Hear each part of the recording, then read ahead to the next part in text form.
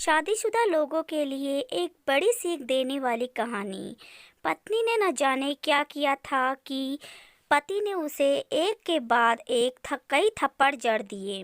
हमेशा हर सिचुएशन को शांति से हैंडल करने वाली पत्नी भी इस बार इतना अशांत हो उठी कि उसने अपनी चप्पल ही निकाल कर पति की ओर फेंक दी। चप्पल पति के बालों को छूते हुए निकल गई और ये किस्सा यहीं पर खत्म हो सकता था, मगर पति ने इसे अपनी मर्दानगी का विषय बना दिया और बात बद से बदतर होती चली गई।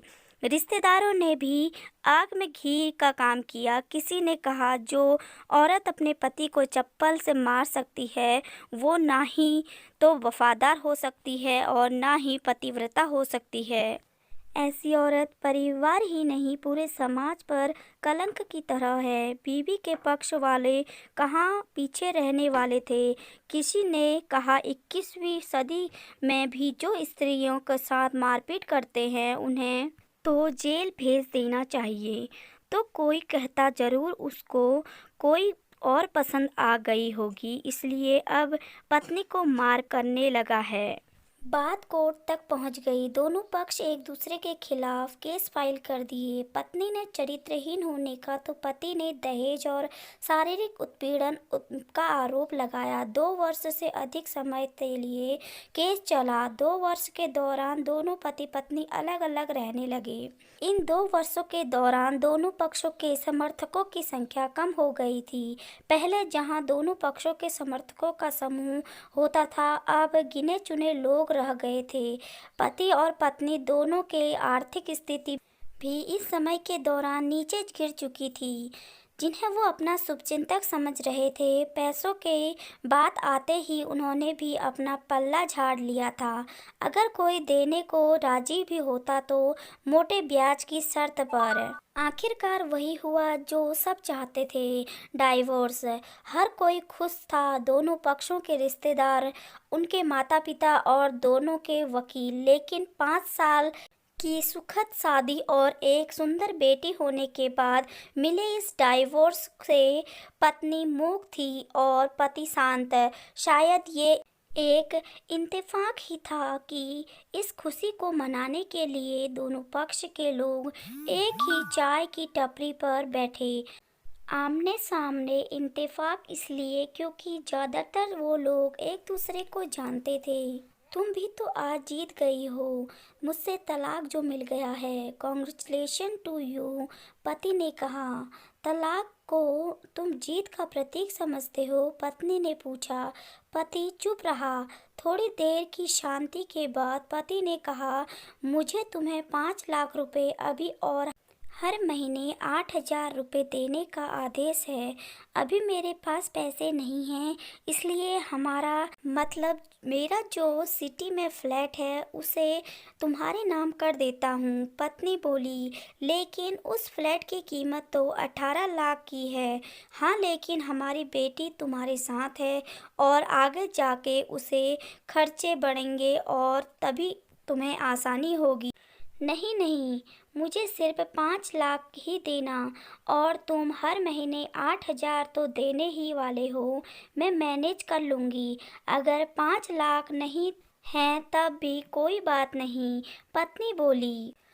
दोनों फिर शांत हो गए। पति सोचने लगा कि कितनी भोली है, समझदार है ये औरत, जो कुछ समय पहले मेरी पत्नी थी और अब अनजान है। ये वही है जो कम कम खर्चे में घर चलाती और पैसे बचाकर मेरे जन्मदिन और बर्थडे पर हमेशा मेरे लिए नए कपड़े लाती। कभी बीमार भी हो जाती तो पैसे बचाने के लिए मुझे मालूम न होने देती और घरेलू नुस्खे से अपना इलाज कर लेती। मगर घर में कोई और बीमार होता तो तुरंत डॉक्टर के पास लेकर जाती। मेरी ही मति मारी गई थी। मैं ही अपने झूठी मर्दानगी के चक्कर में इतनी बड़ी गलती कर बैठा। पत्नी के दिमाग में भी उथल पुथल चल रही थी। अभी भी वैसा का वैसा ही है। पहले भी खुद से ज़्यादा हमारे बारे में सोचता था और अब भी वही कर रहा है। ये वही आदमी है जो मुझे एक्सीडेंट से बचाने के लिए खुद मोटरसाइकिल के आगे कूद पड़ा था और अपनी उंगलियां तुड़वा बैठा था। पता नहीं कौन सी मनहूस घड़ी में झगड़ा कर बैठी। पति ने मौन तोड़ते हुए पूछा, अब तुम्हारे कमर में दर्द कैसा है? ज़्यादा तकलीफ तो नहीं होती? पत्नी हल्का सा मुस्कुराई और बोली, अभी भी होता है। अब तो पेट में भी क्रैम्प्स उठते हैं। वो तो होगा ही, तुम योगा या कसरत भी तो नहीं करती हो। अब किसी गायनाकोलॉजिस्ट को ज़रूर दिखा लेना। पति ने कहा, तुम बताओ तुम्हारा अस्थमा कैसा है? अब क्या अब भी दौरे पड़ते हैं? पत्नी ने पूछा। हाँ पड़ते हैं, पहले से ज़्यादा, क्योंकि अक्सर इनहेलर भूल जाया करता हूँ। याद दिलाने के लिए तुम जो नहीं हो अब। पति बोले। पत्नी की आंखों में आंसू आ गए। वो बोली, तुम्हें मेरे चरित्र पर सवाल नहीं उठाने चाहिए थे, तो ये परिस्थिति आती ही नहीं। हाँ मैं जानता हूँ, तुम बहुत अच्छी हो। मुझसे गलती हो गई, बहुत बड़ी गलती। मैं लोगों के बहकावे में आ गया था। पति बोला। तुमने भी तो मुझ पर दहेज का इल्ज़ाम लगाया था। वो बोला। गलत था, इस बात का मुझको पछतावा भी है। पत्नी ने कहा। पति कुछ कहना चाहता था लेकिन हिचकिचा रहा था। पत्नी ने पूछा, क्या कहना चाहते हो? हाँ बोलो, क्या पहले की तरह नहीं हो सकता? क्या मतलब? पत्नी बोली, मतलब कि हम फिर से पहले की तरह पति पत्नी बनकर, सच्चे दोस्त बनकर नहीं रह सकते। पति बोला, पर ये डाइवोर्स के पेपर दिखाते हुए पत्नी ने कहा, फाड़ देते हैं। पति ने अपने पास रखे डाइवोर्स के पेपर फाड़ते हुए कहा। पत्नी ने भी अपने पास रखे पेपर फाड़ दिए। सभी हैरान थे, वकील, रिश्तेदार और माँ बाप। पति पत्नी दोनों एक दूसरे के साथ हाथ पर हाथ पकड़े अपने घर की तरफ चले गए।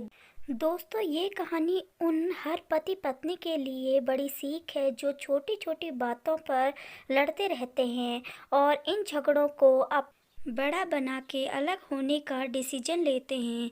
प्यार और झगड़ा तो एक ही सिक्के के दो पहलू ही की तरह हैं। दोनों को स्वीकार करना होगा, तभी यह पवित्र रिश्ता किसी मंजिल तक पहुंच पाएगा।